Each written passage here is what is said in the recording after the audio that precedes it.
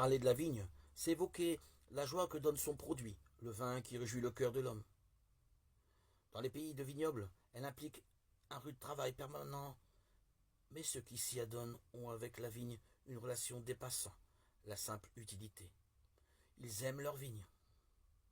On comprend que la relation du vigneron à sa vigne soit devenue une image forte du lien d'amour qui unit Dieu à son peuple.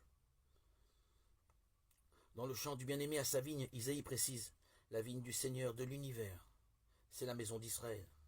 Hélas, dès l'ancienne alliance, la relation fut tourmentée. Le peuple vigne déçut son maître en produisant injustice et crime. Quand il sent la menace s'appesantir sur lui de la part des autorités religieuses de son peuple, Jésus n'hésite pas à les comparer à des vignerons sans scrupules qui accaparent la vigne à leur profit. La tension monte entre eux et le maître de la vigne qui, après leur avoir dépêché ses serviteurs en qui on peut voir les prophètes, leur envoie son propre fils. Hélas, encore, cela tournera au drame. Dans ce passage de l'Évangile, affleure de manière privilégiée la conscience qu'a Jésus d'être lui-même le fils du divin vigneron. Mais le crime dont il sera bientôt victime ne sera pas le dernier mot des relations tourmentées entre Dieu et son peuple. À la méchanceté humaine succédera, grâce à la miséricorde de Dieu, une nouvelle étape, celle du peuple nouveau, produisant des fruits qui plaisent au maître de la vigne. Une autre image va exprimer cette heureuse issue. La pierre qu'ont jetée les bâtisseurs est devenue la pierre d'angle. Psaume 117.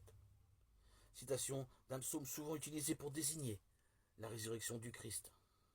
Alors, tout ce qui est juste et pur, tout ce qui est digne d'être aimé et honoré, sera pris en compte par le peuple nouveau qui, malgré ses faiblesses, fera la joie du Dieu de la paix.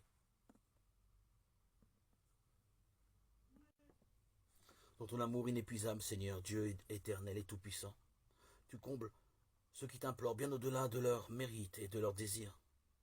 Répands sur nous ta miséricorde en délivrant notre conscience de ce qui l'inquiète et en donnant plus que nous n'osons demander.